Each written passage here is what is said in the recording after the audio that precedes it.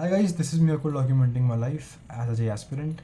And इस time पर इस एस्पिरेंट के ठीक है भाई, कल एनटी ने सोचा कि भाई अब बच्चों की प्रेप ना ख़त्म होने वाली है, तो अब हमारा समय आ चुका है कि अब हम कुछ फोड़ दें, ऐसा कुछ डाल दें इंटरनेट पे कि बस बच्चों का तो तहलका मच जाए भाई।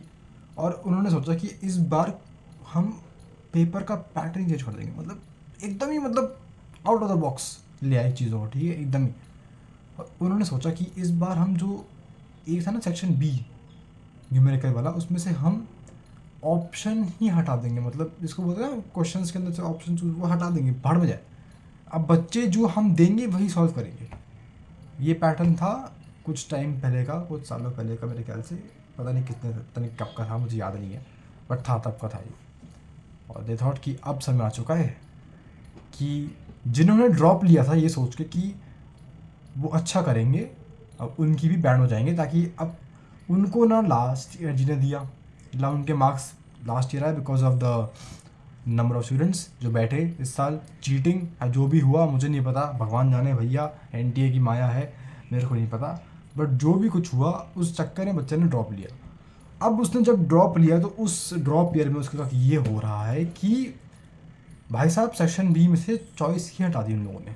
और सुनो, यहाँ ये बोल रहे हैं कि section B will contain only 5 questions per subject and the candidates will be required to attempt all 5 questions. मतलब the required to attempt all 5 questions का तो मतलब जितनी मेरे को अंग्रेज़ी आती है उसके हिसाब से ये है कि हमें वो 5 के 5 क्वेश्चन जो वो हमें देंगे वो सॉल्व करने ही करने हैं, हमारे पास ऑप्शन नहीं बता उसके अंदर। अब इंटरनेट पे हमारे प्यारे यूट्यूब बाबा पे, यहाँ पे लोग नहीं, टीचर्स बोल रहे हैं इस टाइम पर कि मैं सुन रहा हूँ काफ़ी टाइम से, मतलब कल से सुन रहा हूँ मैं, कि तुम्हारे पास जो 5 क्वेश्चन आएंगे तुम उनमें से तुम्हें जो आता होगा तुम वो कर लेना और बाकी छोड़ देना। अब यहाँ तो वो बोल रहे हैं कि you are required to attempt all 5 questions. तो क्लैरिटी क्या है भाई चीज़ के ऊपर, हमें वो 5 क्वेश्चन करने हैं या नहीं करने हैं, हम उसमें से 5 में से 4 करें, 3 करें, 2 करें, 1 करें या 0 करें, वो हमारे पास उसका ऑप्शन है या नहीं है वो बताया नहीं इन लोगों ने। यहाँ पे बस लिख दिया है you are required to attempt all 5 questions.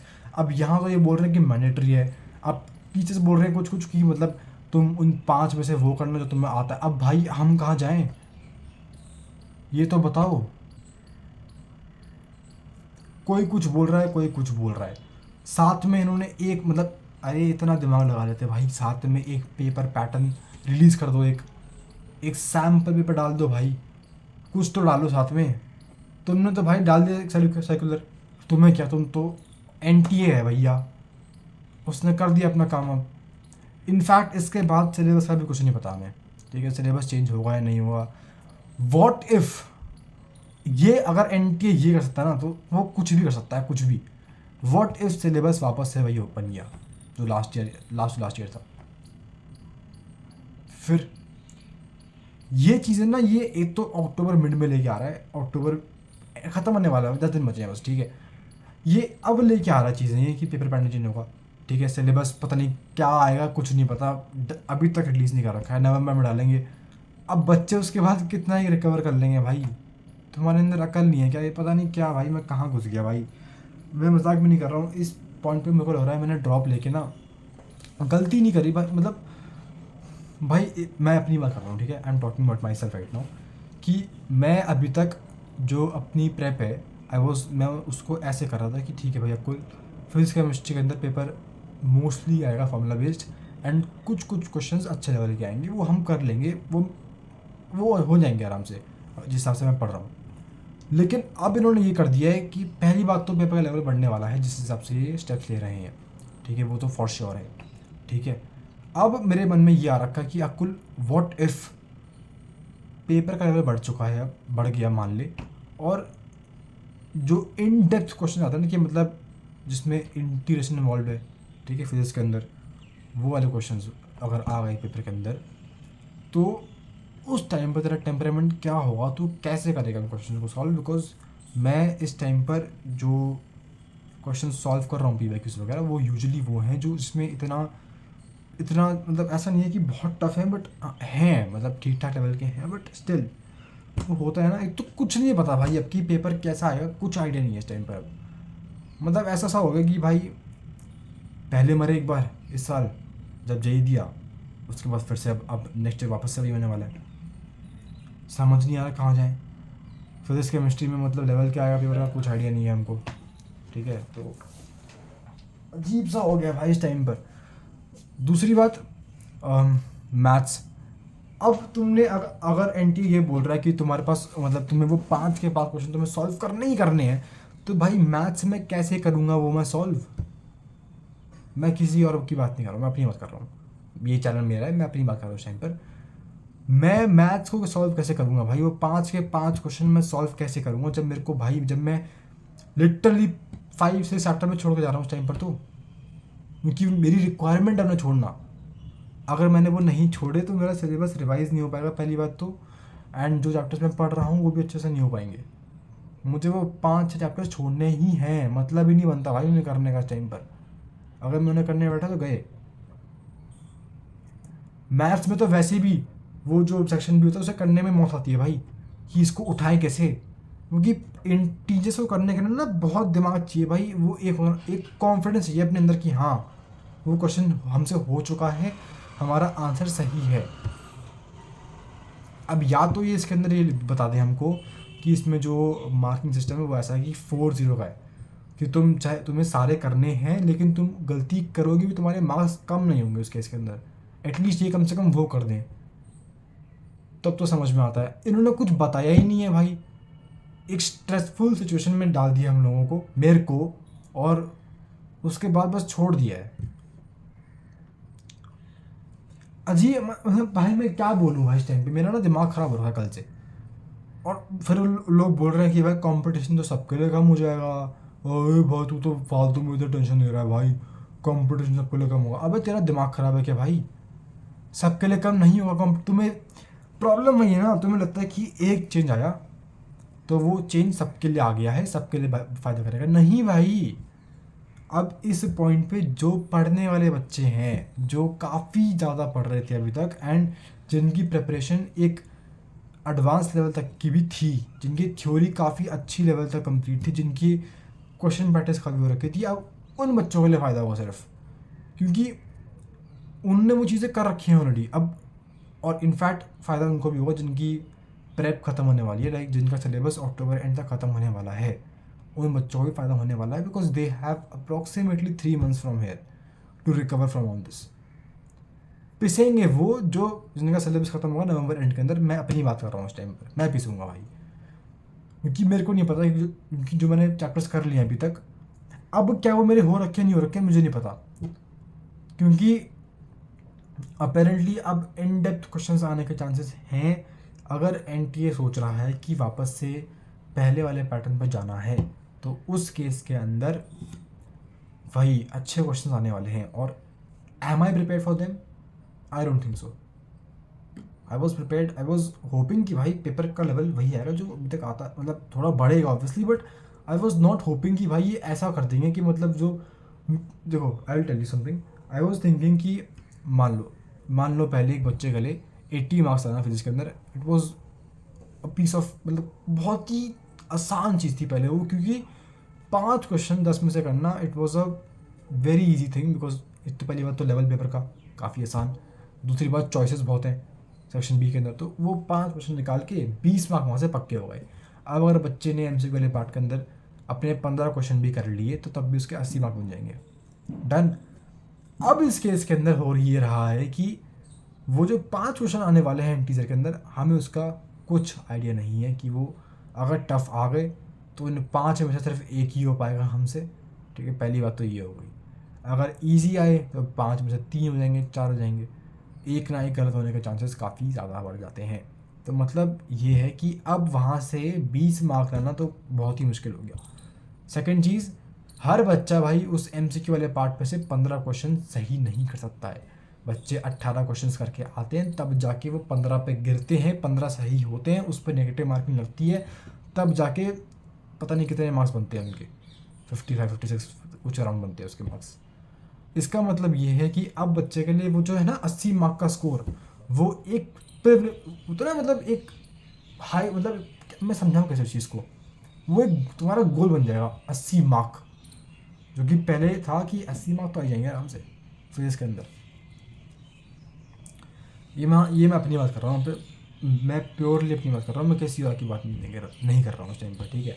मेरे लिए वो 80 मार्क का स्कोर बन जाएगा कि 80 मार्क्स लेके आने भाई, वो वैसा हो जाएगा मेरे लिए। और ख़ासकर इन मैथ्स भाई मेरे को तो समझ नहीं आ रहा क्या होगा भाई। केमिस्ट्री में ऑब्वियसली फिजिकल आएगी न्यूमेरिकल के अंदर, मेरे ख्याल से वो पूरी फिजिकल नहीं आने वाली है। दे विल मिक्स ऑर्गेनिक डालेंगे मेरे ख्याल से यहाँ पर वो, या फिर वो होता है ना आइसोमरिज्म वाला पार्ट कि स्ट्रक्चर आइसोमरिज्म कितने हैं इसके अंदर वगैरह वगैरह जो भी होता है उसके अंदर, तो आई गेस वो डाल सकते हैं वो सेक्शन बी में। अब वो मेरे को नहीं पता भाई, मैं उसकी वो भाड़ में जाए। मैं इस टाइम पर कंफ्यूज इसलिए हूँ कि एक तो मार्किंग सिस्टम क्या होने वाला है, एंड सेकेंड चीज़ इसमें वो 5 के 5 क्वेश्चन हमें करने हैं या नहीं करने हैं वो नहीं पता नहीं भाई। अचानक से ये चीज़ कर देना मतलब थोड़ा सा ऑड लगा मेरे को। तो इस चीज़ से हर किसी को फ़ायदा नहीं होने वाला है, मैं पहले ही बता रहा हूँ। तुम्हें लग रहा होगा ना कि कंपटीशन तो सबके लिए कम होगा, नहीं भाई तुम वहीं गलत हो। अब इस टाइम पे जो बच्चा 70 ला रहा है केमिस्ट्री फिजिक्स के अंदर, जो कि अच्छे मार्क्स बन जाएंगे। अब 70 marks in chemistry physics will be a good score, and in fact chemistry तो भाई ठीक ठीक आ रही थी। अब देख तो लाइक बच्चे people were scoring 70 marks in chemistry and they were getting 99 percentile in that subject, तो it was on decent level. अब अगर कोई बच्चा 70 लेके आ रहा है फिजिक्स केमिस्ट्री में, जो कि एक अच्छा स्कोर बन जाएगा, बिकॉज उसके लिए उसको अपने MC वाले पार्ट के अंदर उसको 15 क्वेश्चन सही करने ही करने हैं, एंड साथ में उसको अपने इंटीजर वाले पार्ट के अंदर उसको 2 से 3 क्वेश्चन करने ही पड़ेंगे सही, तब जाके उसके 70 नंबर पे तब जाके करेगा वो। तो वो एक ऑप्टिमम स्कोर बन गया बच्चे के लिए। 70 140 बनता है, और साथ में मैथ्स में अगर 40 नंबर भी ले आएगा तो 180 भी करता है बच्चा। एक एवरेज बच्चे की बात कर रहा हूँ। एक अच्छा बच्चा तो भाई 90 भी ले आएगा, 100 भी ले आएगा, पता नहीं उसकी, मुझे इसका नहीं पता।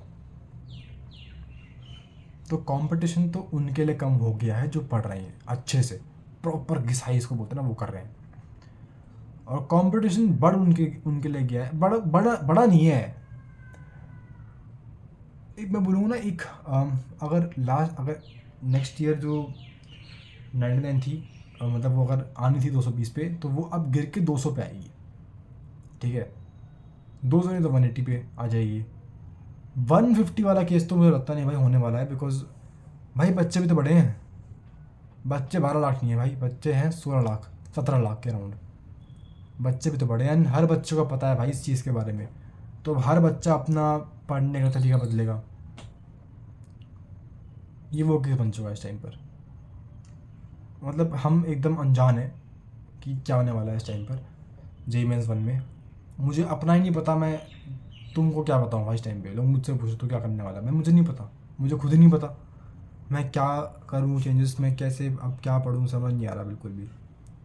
हालांकि पढ़ना मैंने वही है, I won't change my strategy at all right now, because जितना मैं सोच रहा हूँ अगर मैं उतना भी कर लूँगा तो एटलीस्ट कहीं ना कहीं तो पहुँच जाऊँगा भाई। बट अब बस ये है कि भाई NTA थोड़ी सी दे, अपना क्लैरिटी दे भाई कि क्या चल रहा है भाई, सॉरी कि क्या चल रहा है इस केस के अंदर भाई, क्योंकि कुछ नहीं पता इस time. I was not expecting this to happen, but चलो कोई बात नहीं, इट इज़ रोऊंगा नहीं मैं चीज़ को लेके, ऑब्वियसली बात है, बिकॉज जो भी ये हुआ तो है, ठीक है। एंड एक बात तो सत्य है, ये बात तो सच है, अब यहाँ से जो बच्चा करके ले गया, जो बच्चा अटेम्प्ट 1 के अंदर 180 से 200 के बीच में मार्क्स ले आया ना, उसका काम हो गया। वो अब वो बच्चा साइड में हो जाएगा एकदम, क्योंकि अब उस बच्चे की परसेंटाइल 99 परसेंटाइल पक्की है। 180 से 200 के बीच में उसकी आनी ही आनी है भाई, दिस इज़ अ फैक्ट। अब तो वो फैक्ट है, ठीक है। 220 वाले तो भाई फिर तो वो तो डैम, उनकी तो अब पहुँच होगी भाई। एक लेवल पे अच्छा भी हुआ है कि अब वो कट ऑफ उतनी ऊपर जाएगी नहीं, बट वही है ना, मेरे लिए तो भाई ये अजीब सा ही हुआ है। नॉट बैड नॉट गुड, मेरे लिए तो ये मीडियम लेवल पर है कि देखते हैं भाई, अब मेरे को समझ नहीं आ रहा है। ऑल्दो इतना कुछ डिफरेंस मेरी प्रेप में नहीं आएगा इस चीज़ के चक्कर में, बट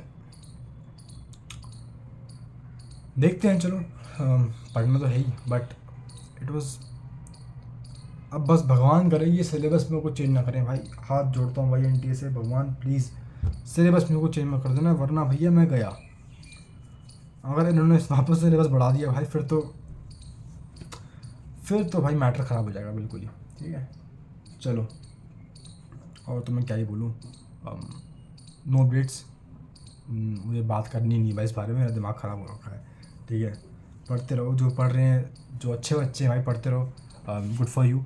एंड जो बच्चे, लाइक एक बात तो है, अब तुम चैप्टर को किस लेवल पे पढ़ रहे हो, मतलब तुम्हारा चैप्टर का लेवल क्या है, तुम कितना डेप्थ में पढ़ रहे हो, वो मैटर करेगा, बिकॉज पेपर का लेवल बढ़ने वाला है। ठीक है, तो वो डेप्थ मैटर करेगी। तो it is not going to be just formula based this time, it is going to be a bit tough। NTA कुछ सोच रहा है, कुछ करने वाला है भाई एनटीए, एंड बहुत अजीब होने वाला है भाई next year. The next year is going to be memorable. काफ़ी दिमाग ख़राब हुआ। चलो bye, thank you so much for watching, and चलो भाई देखते हैं क्या हुआ, पढ़ते हैं फिलहाल तो बस, और तो कोई ऑप्शन है नहीं। इतनी लंबी वीडियो हो, so sorry guys. Bye bye, I will see you in the next video. Bye, take care, जाओ पढ़ लो, बाय, पढ़ लो भाई।